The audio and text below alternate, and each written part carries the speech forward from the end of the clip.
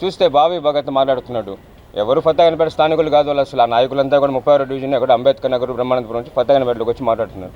సరే, బావి భగత్ లైవ్ చూశాను. బావి భగత్ వీటి గురించి స్పందించాడు. ఈ రోడ్లు సంవత్సర కాలం క్రితం రోడ్డు వేశారు ఫతేగనపేట 36 డివిజన్లో. దాదాపు 70 లక్షల వ్యయంతో ఈ రోడ్డు నిర్మించడం జరిగింది. మరి ఈ రోడ్డుని వెంటనే ఇప్పుడు మళ్ళీ పగలగొట్టి దీనికి అండర్ గ్రౌండ్ డ్రైనేజ్ సిస్టమ్ అని చెప్పి తవ్వుతున్నారని చెప్పి బావి భగత్ విమర్శ చేశాడు నిన్న వైసీపీ తరఫున వచ్చి. తమ్ముడు బావి భగత్, అదేవిధంగా వచ్చినటువంటి వైసీపీ నాయకులందరికీ కూడా నేను ఒకటే తెలియజేస్తున్నాను. 2014-19 కాలంలో తెలుగుదేశం పార్టీ అధికారంలో ఉన్నప్పుడు ఇదే ఫతేగనపేట దాదాపు మున్సిపల్ శాఖ మంత్రి ఆనాడు పొంగూరు నారాయణ గారు మొత్తం UGD under ground drainage system, mineral water pipe line ఇవన్నీ కూడా తీసుకురావడం జరిగింది. సస్యశ్యామలంగా నెల్లూరు నగరం అంతా ఎండ్ టు ఎండ్ రోడ్లు వేసి ఎక్కడ నీళ్లు నిలబడకూడదు అండర్ గ్రౌండ్ డ్రైనేజ్ సిస్టమ్, ప్రతి ఒక్కరికి తాగునీటి సమస్య లేకుండా mineral water pipe line system తీసుకురావడం జరిగింది. మరి ఆనాడు 2014-19 కాలంలో 80% వరకు పనులన్నీ పూర్తి చేయడం జరిగింది. 2019కి వచ్చేసరికి ఎలక్షన్లు రావడం జరిగింది.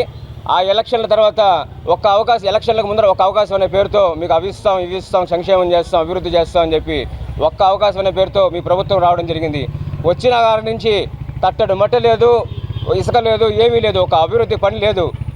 ఎక్కడ పనులు అక్కడ నిర్వీర్యం జరిగాయి అనమాట. మొత్తం పనులన్నీ కూడా అక్కడ పనులు అక్కడికి ఆగిపోయాయి. 2019-24 ఒక గడ్డు కాలం అని చెప్పి కూడా తెలియజేయాలి. ఆనాడు ప్రతిపక్షంలో ఉన్నటువంటి నేను ఎంతోమంది నాయకుల దగ్గరికి కూడా వెళ్ళి ఈ రిప్రజెంటేషన్ ఇచ్చాను. ఫతేగనపేట స్థానిక ప్రజలందరూ కూడా తెలుసు. ఫతేగనపేట అనేది మన నెల్లూరు నగర నడిపొడిలో ఉన్నటువంటి ఏరియా. ఇది ఆర్టీసీ బస్ స్టాండ్ కూతవేట దూరం, ఎడ్యుకేషనల్ సొసైటీస్ అన్నీ ఉన్నాయి. నారాయణ మళ్ళీ అదేవిధంగా ప్రముఖ రెయిన్బో చిల్డ్రన్స్ హాస్పిటల్, పెద్ద అన్నీ కూడా షాపింగ్ మాల్స్ అన్నీ కూడా ఉన్నాయి. ప్రతి ఒక్కరు కూడా ఇటు పాస్ అయ్యే విధంగా ఈ రోడ్లో ఉంటాయన్నమాట. అటువంటి రోడ్లు నిర్మాణం లేక, అభివృద్ధి లేక కుంటుపడిపోయిన అభివృద్ధి, గుంటలమయం, ఆవులు ఒక పక్క, గేదెలు ఒక పక్క, రోడ్లో పోవాలంటే బండ్లు పడిపోయే వాళ్ళు, వాహనదారులు. అటువంటి పరిస్థితులు మేము ఎన్నో రకాలుగా పోయి మేము అందరం స్థానికులందరం కూడా రిప్రజెంటేషన్ జరిగింది. రోడ్లు మాకు ఫస్ట్ రోడ్లు నిర్మించడం చెప్పి. మీరు 2019 నుంచి 24 మధ్యలో మీ ప్రభుత్వం ఉన్నప్పుడు ఈ పనులు ఎక్కడైతే ఆగాయో ఆ పనులు పూర్తి చేసినటువంటి దాఖలాలు లేవు. ఆ పనులు అసలు తీసుకొని టేకప్ చేసిన విషయం మీ దగ్గర లేదు. దానికి మీరు సిగ్గుపడాల్సిన అవసరం ఎంతైనా ఉంది. ఈరోజు ప్రభుత్వం అధికారంలో రాగానే, కూటమి ప్రభుత్వం రాగానే, ఆనాడు తెలుగుదేశం వైసీపీ ప్రభుత్వంలో ఉన్నటువంటి కోటమిరెడ్డి శ్రీధర్ రెడ్డి గారు ఎన్నో సర్వసభ్య సమావేశాల్లో, జడ్పీ సమావేశాల్లో, అసెంబ్లీ సమావేశాల్లో ఈ పనులన్నింటి కూడా కొట్టేపాలెం కలుసుకాడి నుంచి రూరల్ నియోజకవర్గం అభివృద్ధి చెందాలని చెప్పి, చేయాలని చెప్పి వైఎస్ జగన్మోహన్ రెడ్డి గారిని ఆ రోజు ఆయన అధికార పక్షంలో ఉన్నా కానీ ప్రతిపక్ష విధంగా ఆయన ప్రజా సమస్యలు, ప్రజానాయకుడిగా, ప్రజాసేవకుడిగా ఆ రోజు ఎన్నో విధాలుగా సర్వ విధాల ప్రయత్నం చేయడం అభివృద్ధి కార్యక్రమాలు చేపట్టాలని చెప్పి, మరి ఎక్కడా కూడా చలనం లేనటువంటి ఆనాటి వైసీపీ రాష్ట్ర ప్రభుత్వం మొండి చేయి చూపించడం జరిగింది. అందుకు గాను కోటమిరెడ్డి శ్రీధర్ రెడ్డి గారు ఆ పార్టీతో విరమింపజేసుకొని 1.5 సంవత్సరం కాలం పాటు ముందుగానే తెలుగుదేశం పార్టీలోకి రావడం జరిగింది.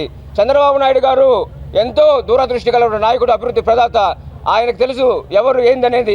ఆయన కోటమిరెడ్డి శ్రీధర్ రెడ్డి గారిని ఆహ్వానించి ఆయనకి ఎమ్మెల్యే టికెట్ ఇచ్చి ఈరోజు అభివృద్ధి ప్రదాత చంద్రబాబు నాయుడు గారితో కోటమిరెడ్డి శ్రీధర్ రెడ్డి గారు కలిసి ఎక్కడెక్కడ కుంటుపడిన అభివృద్ధి పనులు ఆ రోజు ఎవరైతే రిప్రజెంటేషన్ ఇచ్చారో, ఎక్కడెక్కడ ఏ ఏరియాలో ఎవరెవరు ఇచ్చారో, సమస్యలు తెలియజేశారో ఆ సమస్యలన్నింటి కూడా వెంటనే అధికారంలో రాగానే అభివృద్ధి పనులు దూసుకుపోవడం, పరుగులు పెట్టడం జరిగింది.